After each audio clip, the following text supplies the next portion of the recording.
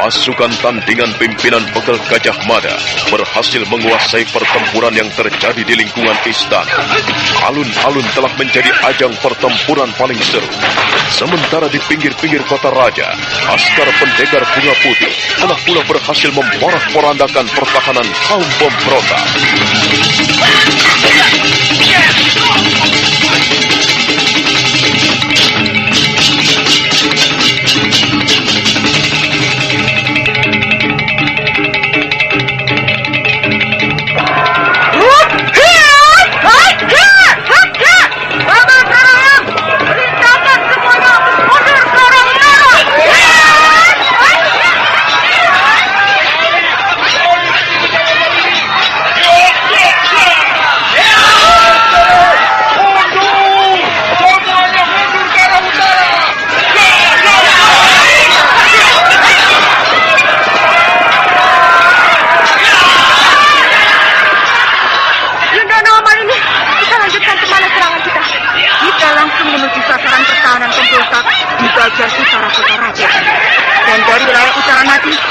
Langsung beralih ke wilayah timur kota raja. Apakah dia akan lari ke arah timur ya? Dia akan merasa bahwa hanya bagian timurlah yang belum dijarah oleh lawan-lawannya. Dia akan merasa aman berlari ke arah timur. Dia pasti tak akan menduga kalau kita sudah menunggunya di sana. Kita cegat dia dari pintu pertahanan sebelah timur, Dinda.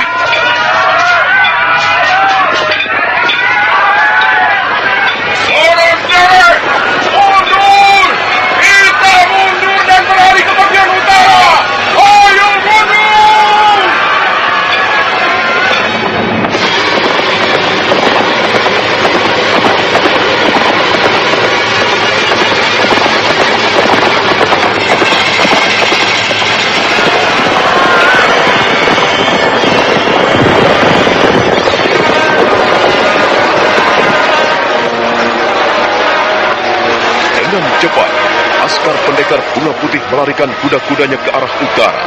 Pertahanan kaum pemberontak bagian barat sudah hancur. Tepian wilayah kota raja sudah dikuasai dan dilumpuhkan. Kini mereka merubah sasaran ke pertahanan para pemberontak di bagian utara.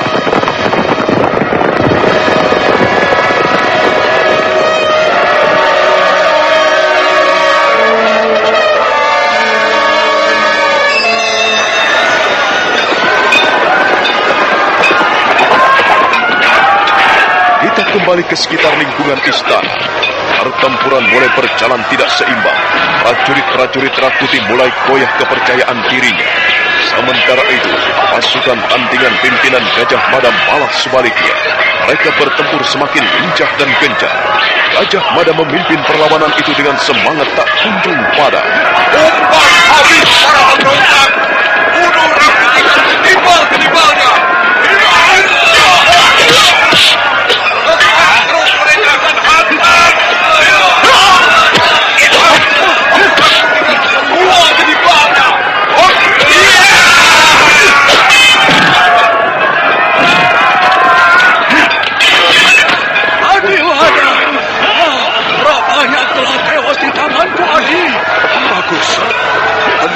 Mulai bimbang dengan tewasnya pembantu setianya itu. Dan nampaknya perlawanan mereka mulai surut, Adimada. Mereka bertempur hanya karena takut pada Rakuti. Biarlah Rakuti bagianku. Dia tidak bisa dianggap kalah. Adimada, tengoklah. Bukankah di sana itu Rakuti? Oh, iya. Sekarang bagianku membinasakan Rakuti. Tuan Mapan Elang, pimpinlah pasukan ini. Aku akan mendekati Rakuti. Baik, Adimada. Prajuritku, serang dan desak terus mereka. Jangan beri kesempatan sedikit pun.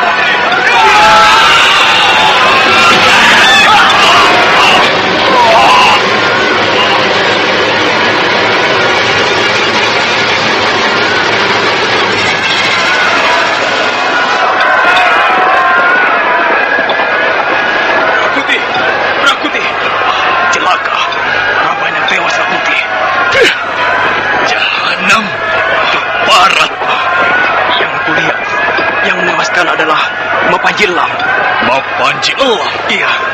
Bangsat betul dia itu. Dulu dia kita beri ampun karena ingin mengabdi pada kita. Nyatanya dia seorang pengkhianat. Rakuti, sekarang apa langkah kita selanjutnya? Serangan mereka begitu mendadak. Sementara kita memang tidak siap menerima serangan ini.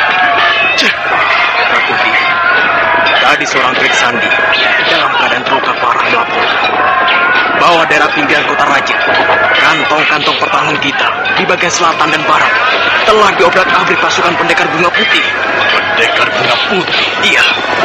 Bukankah mereka cuma perampok-perampok bicisan? Entah, bahkan sekarang mereka tengah mengobrak-abrik daerah sebelah utara. Bangsat! Apakah perampok-perampok itu ada hubungannya dengan pertempuran di sini? Belum jelas, Rakuti. Bagaimana langkah kita selanjutnya? Sepertinya kita tidak mungkin terus bertahan di sini. Baik. Lakukan gerak mundur saja.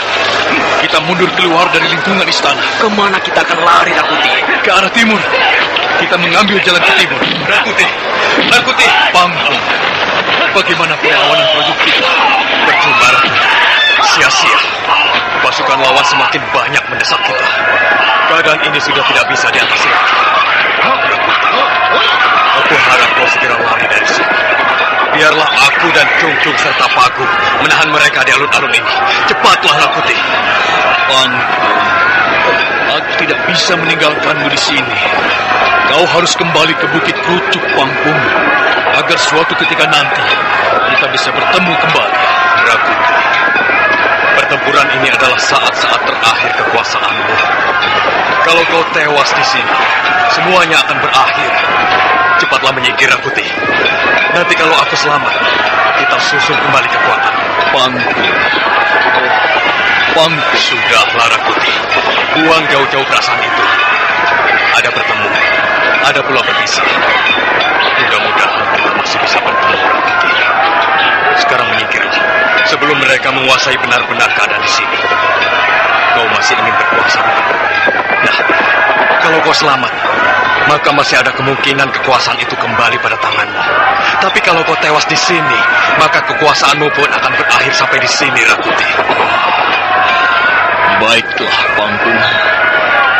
Aku akan segera menyingkir. Terima kasih atas pengorbananmu, perjuanganmu, dan segala yang pernah aku terima darimu. Rapangsa. Iya, Rakuti. Masih adakah keberanianmu mengikuti aku? Rakuti, aku siap mati bersamamu. Lalu berapa prajurit kita yang masih setia? Tinggal beberapa ratus prajurit, Rakuti. Tidak apa. Prajurit itu kita bagi dua. Sebagian bersama Panggung bertahan di sini, dan sebagian lagi mengikuti kita. Baik, Rakuti.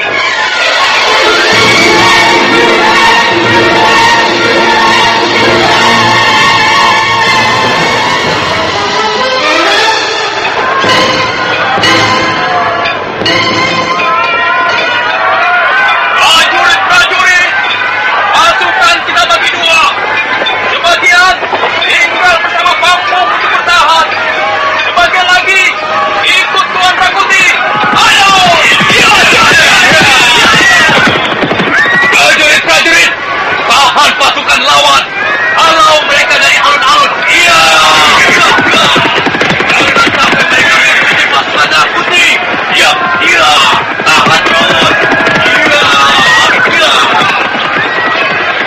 Rakuti dengan beberapa pasukannya beranjak pergi meninggalkan lingkungan istana. Tak ada pilihan lain kecuali kabur keluar dari istana bersama beberapa ratus prajuritnya yang setia. Namun kepergian mereka dilihat oleh Pegel Gajah Mada. Tidak membuang waktu lagi, Pegel Gajah Mada langsung menggebrak kudanya menyusul Rakuti yang berniat melarikan diri kabur dari istana. Tuan pertama, bawa prajurit-prajurit Tuan ikut bersamaku untuk mengejar Rakuti. Layang Samba, mari kita binasakan Rakuti. Oh, iya.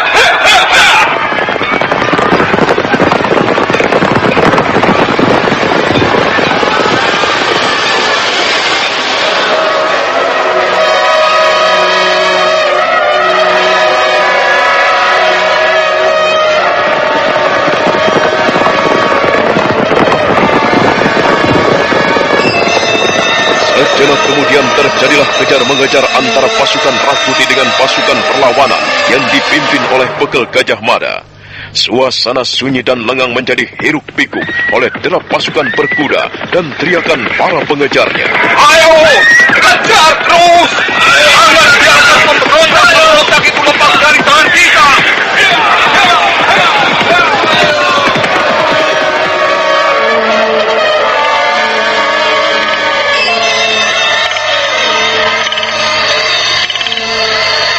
Pertempuran terjadi di lingkungan Istana Majapahit. Sementara di daerah pinggiran kota Raja pun telah porak-poranda oleh Laskar Bunga Putih. Daerah bagian utara baru saja ditaklukkan oleh Laskar Bunga Putih. Kini kita sampai di bagian timur. Keadaan sunyi lengang. Hanya cengkrik dan serangga malam hutan yang terdengar saling bersahutan mengisi kesunyian.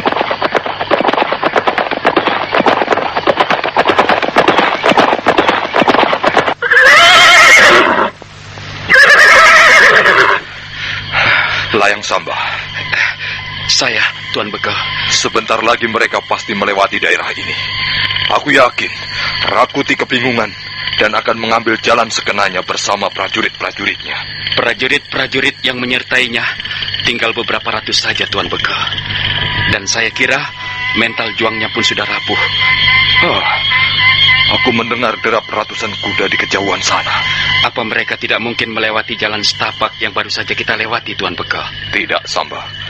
Jalan yang kita lewati tidak seorang pun yang tahu. Sebenarnya itu termasuk jalan rahasia yang menghubungkan antara istana dengan keadaan di luar. Tuan Bekel, mereka sudah mulai mendekati tempat ini. Mari kita hadang mereka, Samba. Tidak lama lagi, pasukan Tuan Pupamot pasti sampai di sini.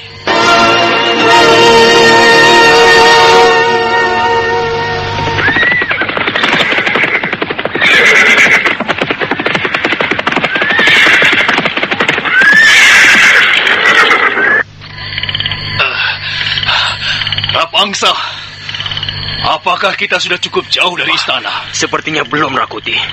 Kita masih harus berlari lebih jauh lagi. Aku curiga dengan tempat ini, Rapangsa. Keadaan di sini seperti mencekam. Tetapi tidak ada tanda-tanda yang mencurigakan. Aku justru mencurigai keadaan seperti ini. Mau lari kemana kau, Rakuti Raja Mursal? Siapa kau?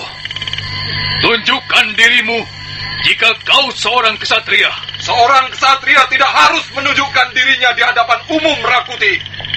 Tetapi justru sebaliknya, harus rendah hati dan diam-diam. Jangan berceloteh tidak karuan.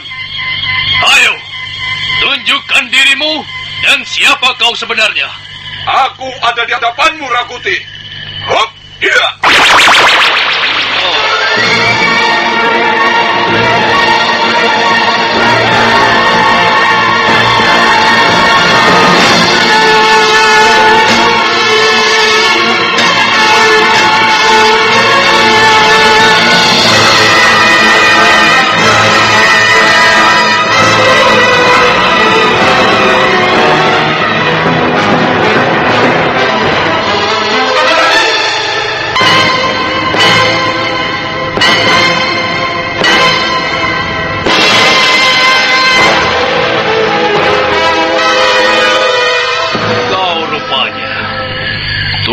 Bekel Gajah Mada. Tentunya kau bersama Mapati tua yang tidak bisa apa-apa itu. Mana si tua keparat Aryatada? Jangan kau sebut Gusti Patih dengan panggilan seperti itu. Justru kaulah si keparat yang sesungguhnya. Jadi kau cuma sendirian, Gajah Mada? Untuk menghadapi orang sepertimu, buat apa membawa ratusan prajurit? Layang Samba. Iya, Tuanku Bekel. Keluarlah. Baik, Tuanku Bekel. Hup! Ya! Cuma seorang pemuda ingusan rupanya. Jangan bicara sembarangan, Rakuti. Di tanganku ini terletak nyawamu. Berani benar kau berkata seperti itu. Apakah kau seorang pendekar pilih tanding? Siapa gurumu? Rakuti. Sekarang bukan saatnya berkenalan dan menanyakan jati diri masing-masing. Simpanlah itu untuk bekalmu ke neraka nanti. Aku atau kalian yang akan ke neraka? Sudahlah Rakuti, menyerahlah. Di belakangmu pasukan Tuan Pupamot tengah mengejarmu. Dan prajurit-prajuritmu tak akan mampu melawan pasukan Pupamot. Setidak-tidaknya, mental para prajuritmu sudah rapuh, Rakuti. Jangan coba melemahkan semangat juang para prajuritku yang setia itu. Mereka adalah prajurit pengawalku yang terlatih dan terpilih. Jangan berpuas diri, Rakuti.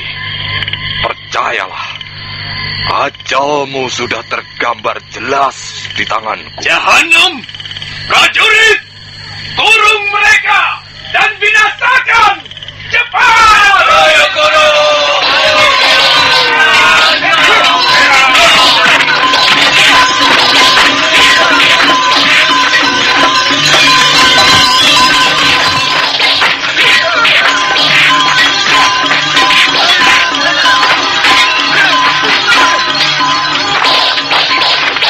Serta-merta, para prajurit Rakuti mengurung dan menyerang dengan gencar. Bekal Gajah Mada dan Hayang Samba melayani mereka dengan seenaknya. Rakuti dan Rapangsa masih duduk di atas kudanya, menyaksikan serbuan gencar para prajuritnya.